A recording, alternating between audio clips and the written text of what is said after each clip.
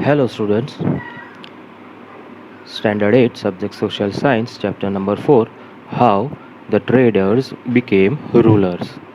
As we have studied in our first chapter of SS, how Britishers came to India for trade and gradually they established their rule in different states of India.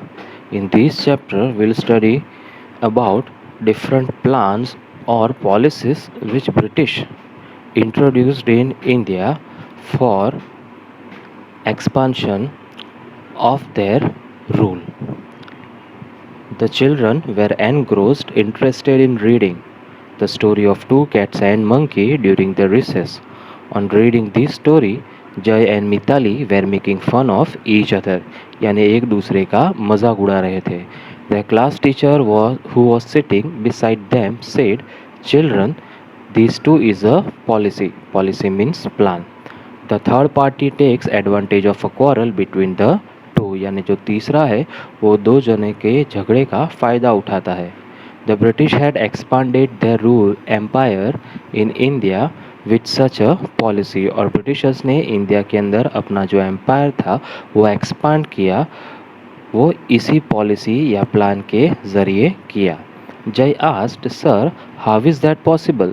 The class teacher replied, "Let us go to class and there I will explain about how the British came to India and established their rule over the Indians." As the map which is given to you, you can see in respective years which territories or parts of India as well as outside of the India were captured by British and they established their rule over such places. By the mid of 18th century, the British had started to emerge, means to become as a strong power on the Indian political horizon, means they started taking interest in Indian politics. Do you know that the British came to India only for trade? Initially, शुरुआत में they took permission to trade in Indian states. Then how did they become the rulers of entire India? The history of the British rule causes many such questions. To serve their economic interest, they increased their political hold on India with the use of British diplomatic tactics. यानी कि जो British है वो अपना economic यानी आर्थिक फ़ायदा हो इसलिए उन्होंने धीरे धीरे अपनी पकड़ कायम की इंडिया के पॉलिटिक्स के अंदर with the help of their British diplomatic tactics यानी अपनी पॉलिटिकल एक्शंस के ज़रिए. Now Wesley's policy of expansion. When Wesley came to India as the Governor General, cutthroat means very tough competition existed, means was going on between England and France. It was necessary to check France from becoming powerful in India so as to expand the British rule in India. Wesley introduced a new plan which was known as the Subsidiary Alliance. Means at that time France was very powerful in India, and if British want to establish their rule in India, they have to stop France for becoming powerful. And for that reason Wesley introduced यानी वो एक नया plan लेके आए जिसका नाम दिया गया subsidiary alliance. As per the scheme, इस प्लान के तहत एनी प्रिंसली स्टेट यानी कोई भी state that accepted the alliance यानी जो भी एक्सेप्ट करता था अलायंस यानी association had to keep and maintain the British army. उस स्टेट को ब्रिटिश आर्मी रखनी पड़ेगी और उस ब्रिटिश आर्मी को मेंटेन भी करना पड़ेगा. As well as keep a British representative in the royal court. इसके अलावा रॉयल कोर्ट के अंदर एक ब्रिटिश रिप्रेजेंटेटिव यानी एक ब्रिटिश ऑफिसर को भी रॉयल कोर्ट के अंदर रखना पड़ेगा. This way the British could maintain their army without spending any money. However, the princely states were not allowed to utilize the army at their own will. जो princely states थे, जो subsidiary alliance जिन्होंने मानी थी, उनके पास कोई भी permission नहीं थी कि वो ब्रिटिशर्स की आर्मी को अपने हिसाब से यूज़ यानी यूटिलाइज कर सके. This system which made many feel secure in the beginning.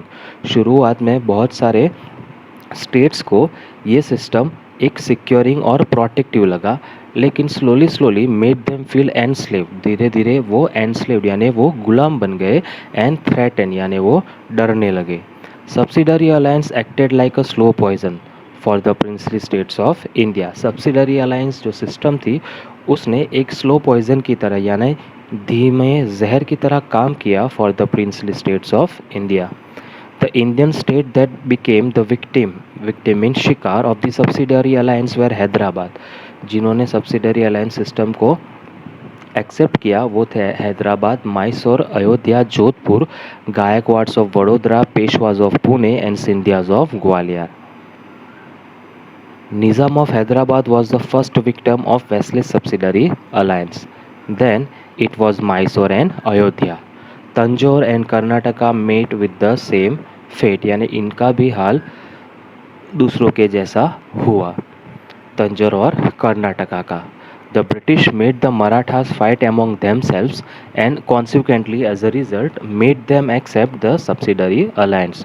Britishers ने मराठास को एक दूसरे के साथ लड़वाया और उसका फ़ायदा उठा के उनको सब्सिडरी अलायंस सिस्टम को एक्सेप्ट करवाया। Owing to the losses incurred by Nizam in his fight with Marathas, Nizam of Hyderabad और मराठास के बीच में वॉर हुआ था, जिसके अंदर निज़ाम ऑफ हैदराबाद को बहुत सारा लॉस यानी नुकसान हुआ था। इसकी वजह से Nizam of Hyderabad, he was the first to accept this alliance association of the British means subsidiary alliance system. Tipu Sultan of Mysore refuse to do so. Tipu Sultan जो मैसूर के राजा थे उन्होंने रिफ्यूज़ कर दिया कि he will not accept this system. But after the British victory in the fourth Anglo Mysore war, लेकिन जो fourth Anglo Mysore war हुआ था उसके अंदर ब्रिटिश जीत गए and Mysore was forced to become a subsidiary state. और मैसूर को फिर फोर्स किया गया कि वो सब्सिडरी स्टेट बन जाए यानी कि सब्सिडरी सिस्टम को एक्सेप्ट कर ले। Maratha chief fought among themselves after the death of Nana Fadnavis. One by one यानी एक के बाद एक all the Maratha states became the victim यानी शिकार of divide and rule policy of the British. The other states namely Ayodhya, Gorakhpur, Tanjore, Karnataka, Farrukhabad also suffered the same fate, यानी इन सारे स्टेट्स का भी सेम हाल हुआ। In this way with in a span of 7 year, इस तरह 7 साल के अंदर Wellesley expanded the company rule. Wellesley ने कंपनी का रूल एक्सपांड कर दिया and made the British the supreme power in India. You can also see the picture of Lord Wesley in a battle and picture of him. Here the map of India is given, in which the state who accepted the subsidiary alliance has been located: Ayodhya, Awadh, Gwalior, Indore, Nagpur, Hyderabad, Pune. Now expansion of the British rule in India.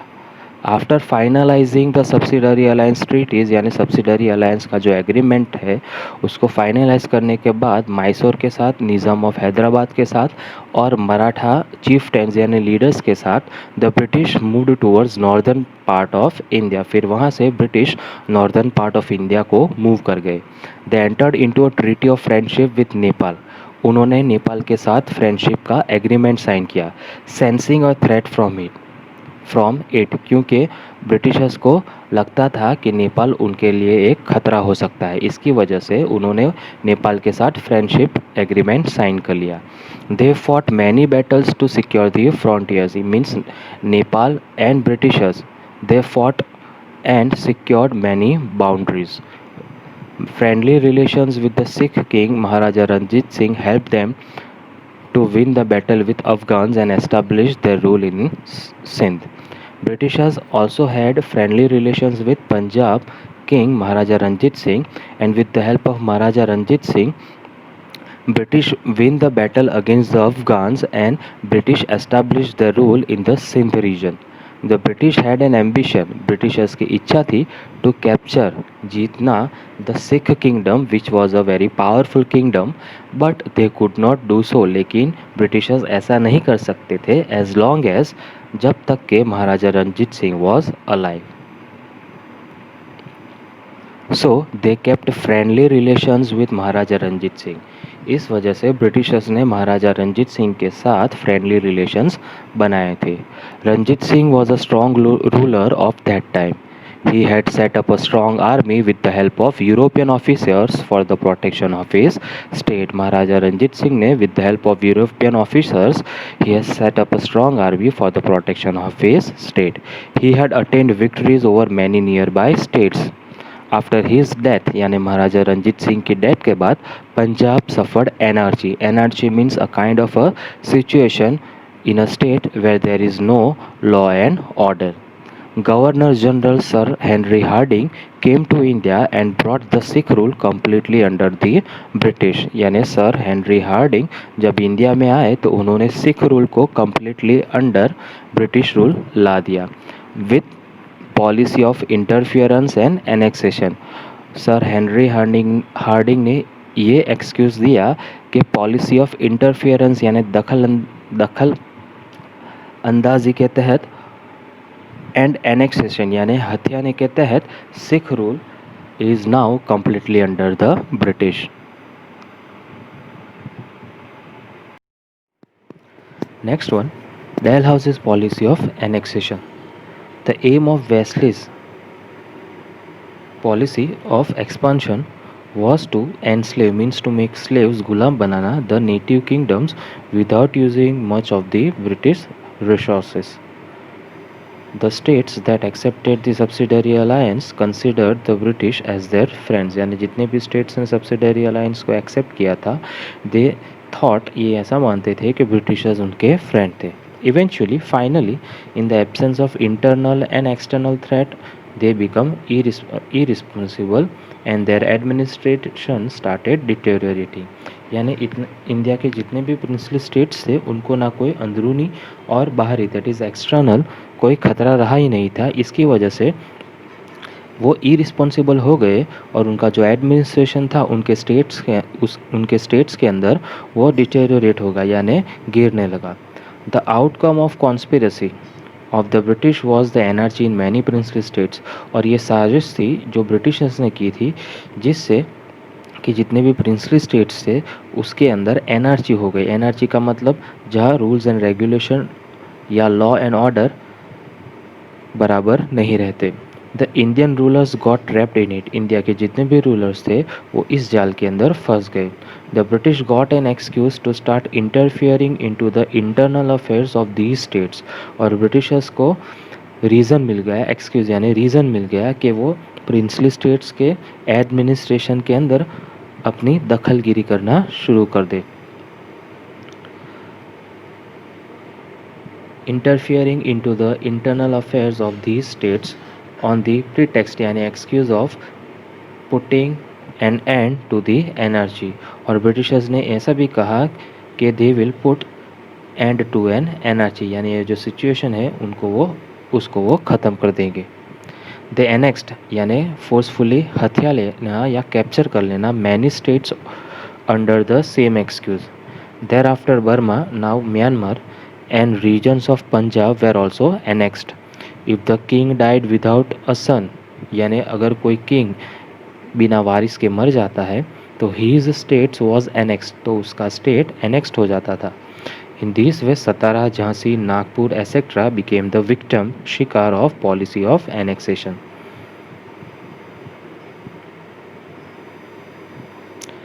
Dalhousie aimed at helping the British traders to make huge profits from the trade of tea, coffee and cotton by capturing the areas that produced these commodities on a large scale. Dalhousie ने वो places को capture कर लिया जहाँ T, coffee और cotton ज़्यादा grow होते थे और जिससे कि ब्रिटिशर्स के जो ट्रेडर है उनको बहुत ज़्यादा फ़ायदा हो.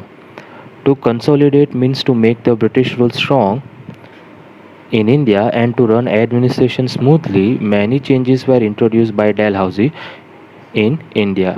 During his tenure, कार्यकाल में, the first railway line was started between Mumbai and Thane in the year 1853 CE.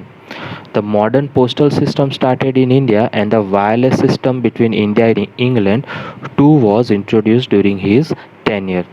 He passed laws to ban child marriage. and advocated encourage widow remarriages. English education spread in India during this time, और India के अंदर जो English education का जो spread हुआ वो इसी time के दौरान हुआ. The first three universities in India was established in Mumbai, Chennai and Kolkata in the year 1857 CE.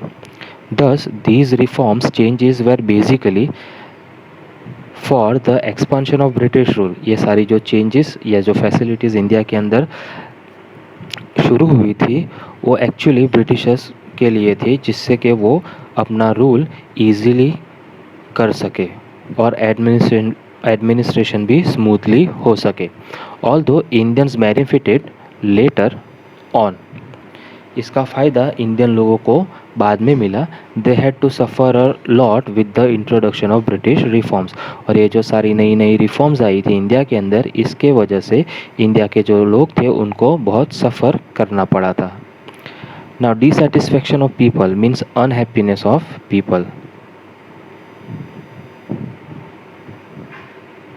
After the policy of subsidiary alliance, Dalhousie's policy of annexation shook the whole nation terribly. पहले subsidiary alliance आई, उसके बाद annexation policy आई, जिससे कि India की हालत बहुत ख़राब हो गई. This resulted in the dissatisfaction among the people towards the British, और इसकी वजह से लोगों के अंदर अनहैप्पीनेस था ब्रिटिशर्स के towards. You must have seen the film Kranti and Mangal Pandey. If you have not seen, then try and see these movies. At this time, the people were suppressed under the dictatorial rhyme of the British. Means the British were very strict on the people of India. Means what Britishers say in people of India has to follow that. In addition to that, the reforms changes which were made by Dalhousie added fuel to fire. और जो changes Dalhousie लेके आए थे India के अंदर, इसकी वजह से जो changes हुआ था वो changes ने आग में घी का काम किया. Different people reacted differently to railways, facilities of post and telegraph and western education. Orthodox people felt that the British wanted to destroy their culture.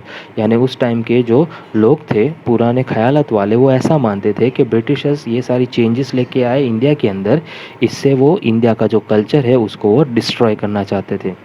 The reforms changes done by British were basically for running the administration smoothly. और ये जो सारे changes Britishers ने India के अंदर किया था, for example railway lines, telegraph, post and English education, वो एक्चुअली उनका एडमिनिस्ट्रेशन स्मूथली हो इसलिए ये सारी चेंजेस की गई थी. The dissatisfaction of people had reached a point of saturation. ये जो अनहैप्पीनेस थी इंडियन के लोगों की ब्रिटिशर्स के प्रति, वो एक हद तक पहुंच गई. And they were in a state of rebellion, और वो ऐसे स्टेट या सिचुएशन में थे कि वो ब्रिटिशर्स के सामने रिवॉल्यूशन करें, विच resulted in the freedom movement of 1857. और इसकी वजह से 1857 के अंदर फर्स्ट फ्रीडम मूवमेंट हुआ था जो मंगल पांडे ने किया था. Thank you.